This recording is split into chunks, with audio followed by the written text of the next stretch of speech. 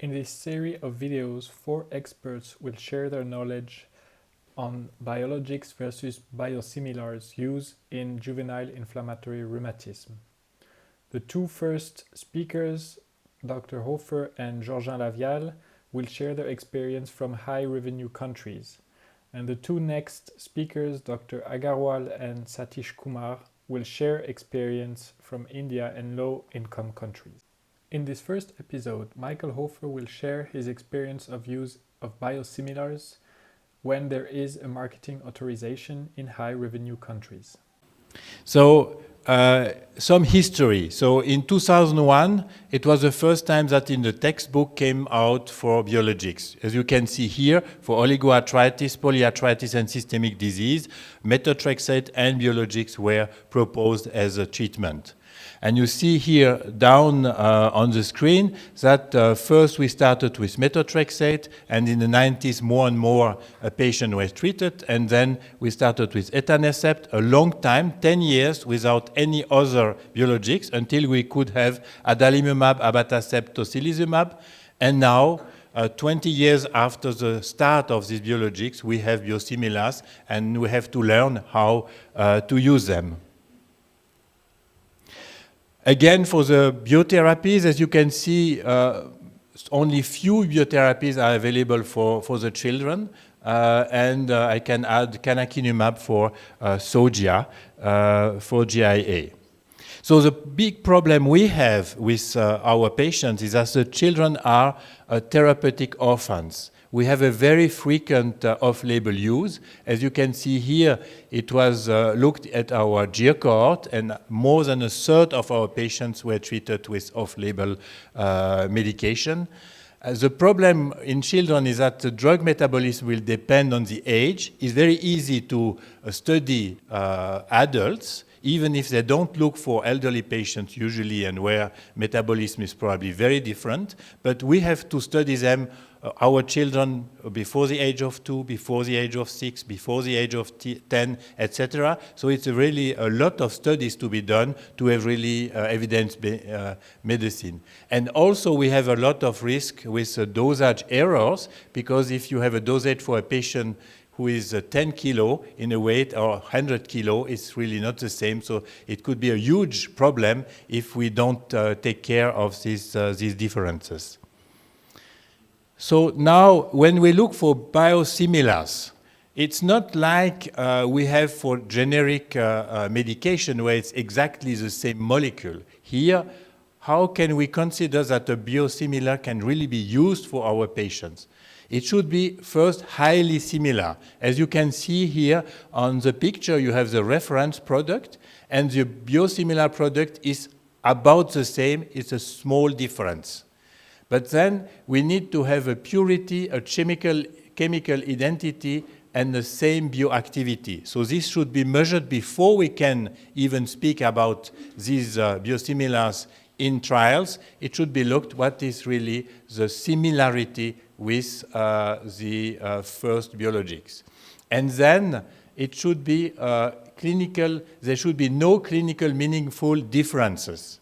So pharmacokinetic should be the same, pharmacodynamic studies should be done, assessment of clinical immunogenicity, and then, if needed, additional clinical studies. It seems a little bit odd that clinical studies are only if needed, but I took these arguments from the FDA websites. So clearly, they show that what is the most important is to see how the drug is behaving, and then you have the clinical studies. So now, what we have 3 different biosimilars what we may use in our practice in pediatric rheumatology. The first one is a biosimilar for infliximab. I show you here what is the registration for these drugs in Switzerland, and also what is the price in euro. As you can see, the price is about 75% of the price of the original is for the biosimilar. So it's a small decrease in price, not so important what we could expect with biosimilars. And so, but infliximab, as you know, is not indicated for juvenile arthritis. We use it, but it's not indicated, and only for inflammatory bowel disease over 6 years of age. And there are 2 biosimilars registered in Switzerland. Now, etanercept. This is our drug what we use since 20 years. And as you can see, we have 2 biosimilars, the same 75% of the price. So it's very strange because I don't think that the production price is really related to that. It's just that they looked how they can sell it, the best price, and probably this is the way how they choose the price. And this is really a problem because we would like to have biosimilars to have cheaper therapy, and here we see that really the price is too high, what in my opinion as a doctor, and there is a problem for us. And the other thing, you see that one of them, Benepali, is only for adults. So there is no form for children.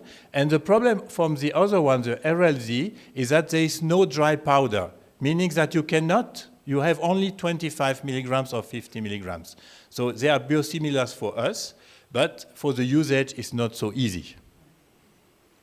And now for adalimumab, we have Humira, and you see exactly the same with the prices, 75% for the biosimilar. And you see that the indication for Humira is over 4 years of age, but for the both other, it's over 13 years of age and over 1.7 square meter. I don't know from where are coming these numbers, but this is the official registration for this drug. And in the bottom, you see a lemon. So lemon, usually we like them because it's sun, it's vitamin C. But in lemon you have one acid, which is a citric acid. And this citric acid is put in some of the preparation. And maybe you could try once to inject subcutaneous with some citric acid. You will see that it's very not nice. And so for Humira, we had this citric acid for many years. And since a few years, now we have patients saying, oh, it's great. Before it was really painful, and now it's great. But unfortunately, in the biosimilars, there is still citric acid in it, meaning that if we change from the biologic we use to biosimilar, it means for the patient reduced price, but again some pain. So this is a problem. I don't understand why they didn't produce it differently, these biosimilars. So when we look through the literature to see how many, in PubMed, how many of these papers were published on biosimilars, you see that there are more than almost 3,000 papers on biosimilars. In rheumatology, 340, and for pediatrics, less than 60. For juvenile arthritis, 14, but among them it was only one which was really a paper on biosimilars. And for pediatric IBD, 13, and there are a few where it was really addressed, the problem of biosimilars. So in IBD, maybe because infliximab was the first one, first drug where biosimilars were available, that's the reason probably why our friends gastroenterologists, pediatric gastroenterologists had better studied this. Here you see one position paper from the ESPGAN, how to use biosimilars. And this is a list of the different biosimilars they can use in IBD and when it was approved. The conclusion, they did Delphi, and also they tried to have a consensus, and one of this consensus said that the switch from the originator infliximab to the biosimilar may be considered in children's IBD in clinical remission following at least 3 induction infusions. And it was an agreement on 84%. So this shows us that really the question is open. When should we use them? When should we apply them? Should we directly treat patients with a biosimilar or not? There are a lot of open questions. Now, another paper which looked for biosimilars in IBD, And the conclusion was that pediatric patients with IBD on infliximab originator can be successful switch during maintenance to the biosimilar without affecting efficacy, pharmacokinetics, immunogenicity, or safety. So this paper shows us, but it's the only paper I found really on this, that we can use when we have a patient with inactive disease under treatment, we can switch, and then we have exactly the same efficacy. Now, how it is used in adults. This is an interesting study in the United States where the pressure on price is very high because of the insurances. And you see here in the bottom the number of patients who were still treated with infliximab. I think it was they treated the patients they started under infliximab or under the biosimilar. And they looked in a high amount of practices in rheumatology to see which one was used as a start when biosimilar were already available. And you see that only 700 patients were treated with biosimilar and more than 3,000 still treated with infliximab.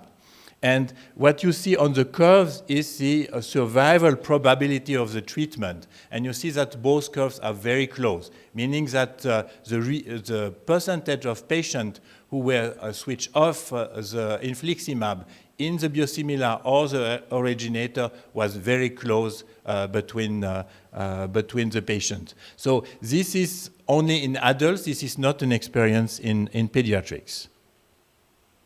And now the question will be for us, should we switch or should we not switch? This is a really important question. There are some points where we are unhappy. There is a risk of flare if we change. The potential lower efficacy of the drug. More adverse events, especially if we have citric acid, for example. And the problem of a new treatment. Should we directly start with a biosimilar or not? What makes us happy, or especially our financial direction, is the price, even if the price is not so interesting as I have shown. Same efficacy but cheaper and less adverse event. This could be maybe the case that we have to study. So now this is an only study I have found on biosimilars in pediatric rheumatology. It was done by our friends in UK, and it was more to look what is the experience of the parents and the children when it was spoken about a change to biosimilars. You see here a few sentences cited in the paper. The first one from a parent: if it is yellow, he's not going to go near it. So this, you know, methotrexate. A lot of people say if it's cheaper, then it's not as good as the most expensive one. And that's right, because some patients, they go to some special doctors selling them something very fancy, which is not proven, but very expensive, and sometimes it's working very well because it's very expensive. If you want to change the adults, but don't change the children. That was one comment, and that's right. We should first try it in adults, and then we can go on with children. Interestingly, I wanted to put you a phrase also done by a patient, but it was only one, and all other phrases were from parents. So we should also ask the patients, because many of our patients are able to understand this question and answer it.